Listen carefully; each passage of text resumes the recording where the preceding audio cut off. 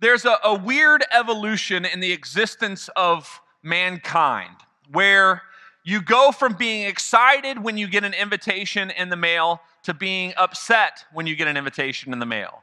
There's a moment that happens where you used to love to go to weddings, and then all of a sudden you're like, oh, another wedding, right? Can I get an amen on any of that? Yes. I got to buy a gift. I have to dust off my suit. This is not my experience. I'm speaking for some of you. I love all weddings and all events I get invited to.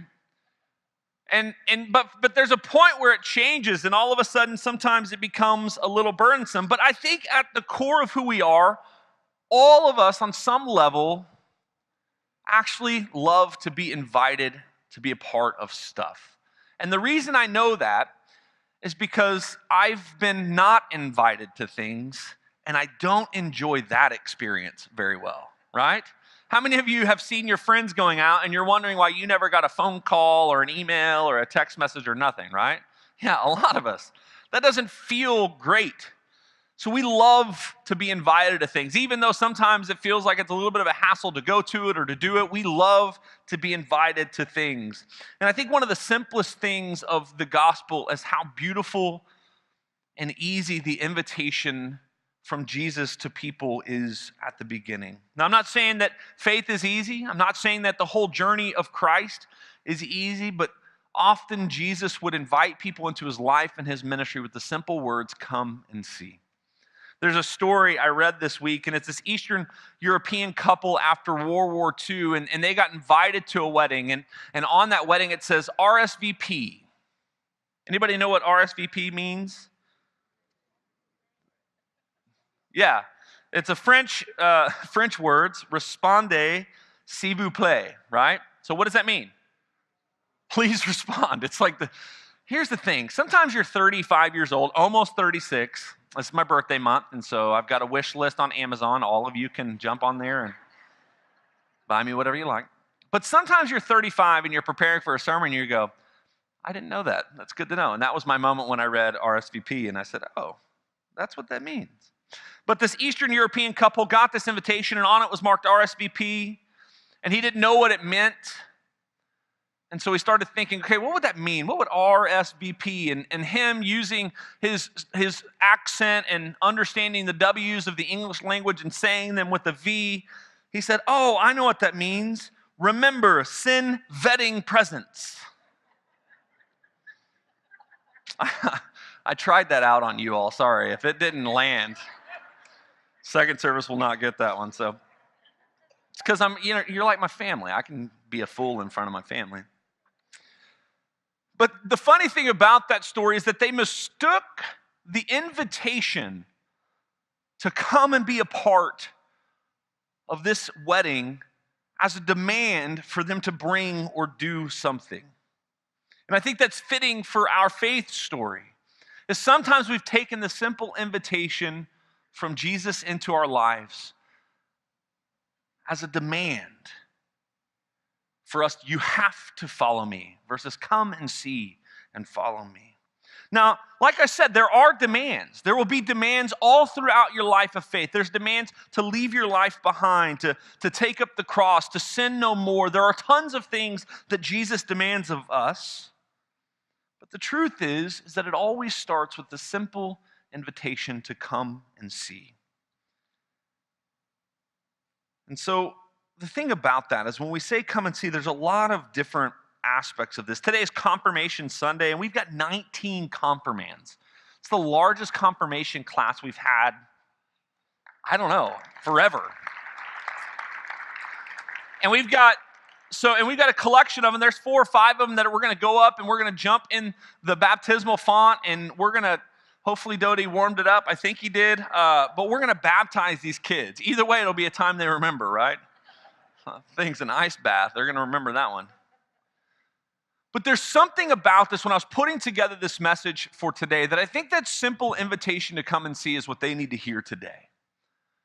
Because I think too often faith has been kind of moved in this way where it's all about the rules and regulations and what it's supposed to mean for your life, but sometimes it simply means to just come and let's figure this thing out together. And I think that's what Jesus says to us. Because the idea of come and see provides an understanding of exploration. When I think about coming along and seeing, I'm thinking about going and exploring whatever it is that I'm being invited to see. And exploration is one of those things that gives space for failure. So the invitation of come and see gives us space to make mistakes. It gives us space to go 3 or 4 steps forward and then recognize where we're headed is the wrong way and then take a left 2 or 3 steps and then take another right. And if we can all be honest for a second, I would say that that is our faith journey. I don't know about you, but I accepted Jesus when I was young. I was baptized when I was 8 or 9. We were real high class. We got baptized in a member of our church's swimming pool. And so I'll never forget it because it was kind of awesome. But I'll never forget that. But then I also never forget when I was 15 years old and I was at church camp. It's a camp called Disciple. And I was asked to go as a leader, which is crazy. But the truth was, my youth director at the time, a lady named Suzanne Becker, she said to me, "You want to know what this is all about? Come and see." And so I said yes. And so I went to camp, and God just wrecked my life in all of the good ways. And I remember it was one of those things, like I kind of have a little charismatic energy in me. You probably are like, yeah, we know. But I have some of that heart of the Holy Spirit. And that night, it was one of those things where I was like afraid to tell people what God had done because it was so ridiculous. I felt like I was floating around this campground in Searcy, Arkansas, because God came into my life. The invitation to come and see led to an experience with God. But it hasn't always been easy since then. My journey of coming and seeing what God has done and is doing in my life has been a journey that looks more like this than it does this. So the invitation to come and see is about exploration. It gives space for doubt. And John Wesley, I think one of the most profound things about Wesley is how he gave and created a place for people to come and have questions and struggles with faith. And I don't know if you know much of his story, but he connected with the Moravian movement. It was a German movement of pietists. And that movement was very, very rigid. And one of the things that John Wesley struggled with, and one of the things he went away from the Moravians because of, is because Moravians believed if you had any doubt in your faith that you had no faith at all. And I would probably say that if that's the reality for us, then we can just wipe out about 80% of the people in here. So I think part of our faith, and John Wesley believed this also, is that you have the space for doubt. I remember the story of God as he wrestled with Jacob, right? God is the God who wrestles with his people and allows us the space to act like we have a place in that battle, right?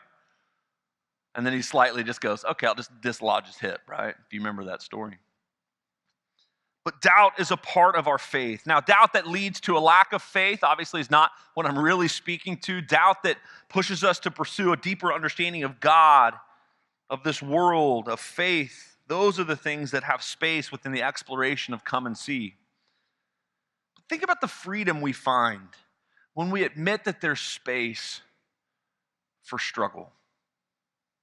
When we admit that there's space for doubt. I think one of the largest things that happens to our students is they go to college, and a lot of you have had this experience, like the faith journey for students is they have some sort of moment in high school where God really just steps into their life, and then they go to college, they have a philosophy course, and they do some things that they shouldn't be doing, or they're hanging out with people they shouldn't, and then just faith kind of drops off, right? And so there's this gap about 5 to 10 years, and then people come back because they have kids, and they're like, my kids are heathens. They need to get in church to get some Jesus, right? And so then they pick back up and get active in church. But what's happening now is that gap, they're not coming back. They're not coming back because they don't feel like faith really has a purpose in that. And so I think the truth of what's happening in that experience is we tell our kids early on in their journey, and I think we've told you this as well, that if there's any sort of divot or break in your faith, that means all of it is lost. But that's not the truth. That's not the truth. Thomas always gets railed on in our faith because he doubted Jesus, but Jesus didn't say, Thomas, you shouldn't doubt, you should just believe. What does he do? feel. Feel. Here, look, my side, like, experience me. Jesus gave space for doubt. His invitation to belief didn't mean believe and leave everything behind and never, ever waver again. It said believe. And when you struggle, that's when you really need to persist in your desire and push to believe. One of the things I found profound about this, and so this passage, or this message really came out of I was just reading the Gospel of John preceding Easter, and I just saw this phrase, come and see, often coming up in the Gospel of John. And one of the things I found important is that the invitation to come and see preceded belief. Jesus didn't say, believe and come and see. That was like the most perfect text message. It was like, boing, boing, boing, like a perfect little sermon note. But the invitation to come and see precedes belief. I think some of you maybe in here need to hear that. Is that Jesus is inviting you into a relationship with him. But what he's not saying is that first you have to believe and then come to me. What he's saying is, come to me and I will lead you to belief. Come to me and I will show you my goodness. Study my words. Come and experience me through the community of people called the church. And I will lead you to believe. But the first invitation is to come and see. That's my experience. I didn't know what I believed, but I was invited. And God showed me what I believe. But the other thing that's important is that come and see precedes go and do. One of the things we try to do is we try to work our way into faith. We try to do enough good things, and so God may notice that's what we're doing, and then we'll be worthy of being able to have a relationship with him. But come and see precedes go and do. And you may not recognize this, and this may throw some things off, but John's stories of the calling of the disciples is very different than the synoptic gospels, Matthew, Mark, and Luke. Matthew, Mark, and Luke, there's this moment where obviously they walk out to the boats and, hey, drop your nets, follow me, be fishermen. And John, it's just kind of a moment where he encounters them and he says, come and see. And they said, okay. And you see in the story that we read that Nathanael and Philip are having this conversation about Nazareth, and Nathanael figures it out, or is it Philip figures it out, and he tells Nathanael, like, come and see what we've experienced, what we've learned, what we see in Jesus. But Jesus doesn't expect you to walk the walk before he invites you to come walk with him. He says, come and see how I live. And as part of your journey alongside of me, the prayer and hope for all of us is that we become more and like him. And the come and do is a fruit of our invitation to come and see how good and beautiful God through his son Jesus is. That's important to us. You know, it's not quite the battle that it has been for a majority of our Protestant or Methodist or Christian faith, right? The big divide in the Protestant Reformation, a large part of it was works-based faith and grace-based faith, and we don't really struggle with that as much as far as doctrine, but I think we do struggle with that as far as our reality.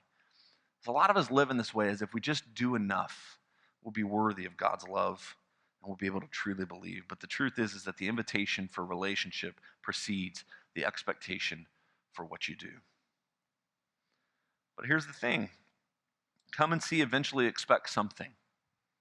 Come and see, expect something. As I talked about in the stories of the Gospels in Matthew, Mark, and Luke, there was an expectation at the very least that as they were invited to come and see and experience God, that the disciples had to leave their nets behind. There was very least the expectation that they would have to at least go from this point, that if they wanted to follow Jesus, that they at least had to go from this point to where Jesus was going. So don't hear me saying that there's not something that comes after that. But come and see, expect something from all of us. Both of those words are verbs. It's one of 3 English words I remember. Verbs, adjectives, nouns. But at least it comes with the expectation that we have to go somewhere. Come and see isn't always followed by follow me. If you see the story of the gospel as well, as there are lots of people who are invited to come and see and experience God through Jesus who fall away, who can't do it. There's a rich young ruler that encounters Jesus and said, I want to follow you. And he says, okay, great. Give everything away. And he says, I don't really want to follow you that bad. Hey, Jesus, I want to follow you, but first let me bury my dad. And Jesus says, let the dead bury the dead. Come and follow me. Jesus raises the bar along the journey, the bar of expectation, the bar of holiness in your life. So often the initial invitation doesn't always equal relationship and belief.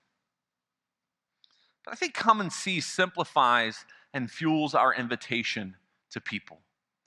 I think too often we have this weight of the world on us, like whenever we invite somebody to experience Jesus through the community of the church, that we have to have like everything figured out. Like, well, I'm not going to ask my friends if they believe in Jesus because maybe they're going to ask me a question that I can't answer. What if our evangelistic message was simply, hey, come and see. Come and see what God is doing at New Covenant through the people of God. Hey, come and see in my life how much Jesus has meant and transformed who I am. Because come and see is an invitation to a relationship. And all of us have the ability to be people in relationship with other people. The hard thing is sometimes when you keep telling people that already have seen to come and see, we're wasting our breath, right? We just recycle church members. Oh, you go to this church? Well, come and see what we're doing. We have great donuts, right? But come and see is so much bigger than that. Come and see is an invitation from us to others to come and see what God is doing through the people of God and what he has done in our lives. It's simpler than we've made it. It's easier initially than we've made it. I think faith and following Jesus and belief and the expectation in our life is way more difficult in some ways than we've made it. We make it just saying a few words and then just whatever we want to do. But I think that initial invitation into relationship with us and relationship with Jesus is way easier than we've made it. So come and see. It's just 3 simple words that initiated the ministry of the disciples and the kingdom of God and the power of Jesus Christ. So what does that do for us? What does that do for us? I think somebody may be in here. I believe, I hope there are people in here that are really struggling with this. And I hope that there are people in here, and this is my hope, and that's not a bad hope. I hope there are people that are coming in these doors that don't have belief, that don't know, that have fallen away or never experienced it at all. And my hope and prayer is that you hear right now Jesus inviting you in this moment through the Holy Spirit to come and see what this life of faith is all about. Some of you, life's been hard and you're struggling. You feel like you have no heart to give your life of faith anymore. And I think Jesus is calling you back and saying, come and see. Jesus experienced everything. Despair, death, struggle, heartbreak. He experienced people near to him losing their life, and it moved him to the point of weeping. He's saying, come and see. I know you're beat down, but get back up and come and see what this life of faith is all about. Some of you have been stuck in the quagmire of habitual sin or different sins that continue to just pound upon your life. And Jesus is saying, come and see that my grace is sufficient. That the resurrection wasn't a Sunday morning that we celebrate once a year, but resurrection is a reality that follows followers of Christ every single day. I think for some of you, it's time for you to dig in a little bit. Because when we talk about invitation and we talk about coming to see, and I started just kind of processing stories and started to think about harvesting stories as like my least favorite part of preaching because I'm not very good at it. I don't pay attention enough is what I'm realizing. But I was reading this story and I thought, man, this is perfect for this message because I think come and see is an invitation to take a risk as well. And I'll say that in a few ways. I think it's a risk to come and follow Jesus. I think that's just the truth. And if you look at the story of the disciples, and their entire journey is a risk. Like all of them but John are martyred, killed for their faith. That's risky. John's exiled, which I probably maybe would take death over being by myself. But answering the question of come and see is risky. But I think there's another part to this for us this morning, and it really is a reflection of the last few weeks here in our church, is sometimes as a church, we need to reach out and invite people to come and see the love of God in this incredible community of people. There's a story I was reading, like I was talking about, a guy named Eric Weihenmayer. I'll just call him Eric after that. Eric was 4 years old when he was diagnosed with a rare eye disease called juvenile retinoschisis. And Eric went blind. I can't imagine that, right? We talk about I once was blind, but now I see, but that's metaphorical, right? And some of you maybe have experiences with that or have experiences with people in your life that have gone through that. And you have a choice at that point. You can be done. Or you can choose to continue and push on. And what Eric says, he wanted to be with his friends. He wanted to go on dates. He was afraid that he wasn't going to be able to participate in life. I think there's a reality that some of us in this room have said that in our own way. It may not be that we're blind, but something's happened in our life and we're afraid that we're not going to be able to participate in what's going on. But he says that my parents refused to let me sit on the sidelines. But here's the special thing about Eric, is Eric decided that he wanted to climb Mount Everest. Blind. Mount Everest. Gigantic mountain, blind guy. And he did it. He did it. He climbed all of the top summits in the entire world. He has climbed them. Now, here's the question I have for you. When we talk about come and see as an exploration, do you think Eric did this by himself? Do you think Eric did this journey? Do you think he climbed all of these summits by himself? How would a blind man climb mountains by himself? He didn't. He said the most important thing to what he did in his life of exploration, in his journey to the top of the highest mountain in the world, is he had a great team with him. And these are people that would go before him and set and dictate where to put his hands and his feet, where to dig in, where to set up tent. He had people that would lag behind him to make sure that if anything happened, that they were there to take care of him. Eric understood that the heart of exploring this life of faith is doing it with people. His journey's different. He's not talking about the life of faith. But I think we all can understand this. But Eric wasn't done. One of the things he did is 277 miles of the Colorado River, he kayaked through. And he tells the story, and he said, this is what happened, is he had people in front of him that were saying, left, right, slow down, rapids. Tell me that isn't your life of faith. I'm looking in this room right now and I'm saying, that is your role. As followers of Jesus, your job is to come before and behind people and tell them left, right. And here's the hard thing. If you've ever been around a kid, you have a kid, you have grandkids, you can say left and they're going to go right. But the truth of our experiences as followers of Christ is we don't just say, they went right, sorry. We stand behind them, in front of them, we call them back into the path of faithfulness. And so this second service, we have all of these confirmands, and we had all these crazy kids up here Which my favorite thing about, let me just side note this.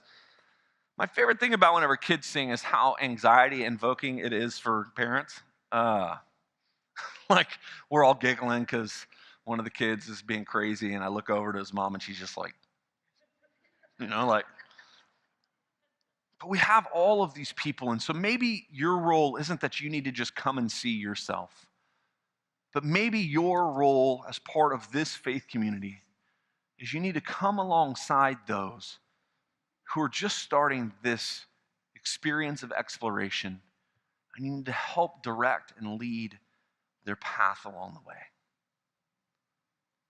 Here's what I know. This community is incredible. It's incredible. Any experience of loss is just a reminder of how amazing you all are. And I know anybody that's gone through that can share that experience firsthand. Is that when things get tough, when things get difficult, the people of God, of New Covenant, roll up their sleeves and they jump in. And they stand with people. They walk through difficult moments with people. They love on people. But here's the deal. That's not all of you. That's not all of you. And some of you are on the receiving end of that. And what I want you to know is that we want to do the same thing we do for the Lutzes, the Riches, and the Putnams, and all of these people. We want to do it in your life too, because we believe that God has called us as the people of God to be his hands and feet in your life and the life of this community. God is inviting you to come and see this life that he has laid before us. We need to answer yes. We need to continue to push forward. And in the end, we need to help others who are exploring this path of faith by directing them and helping them move forward in faith. So where do you fit in that? Where do you fit in that?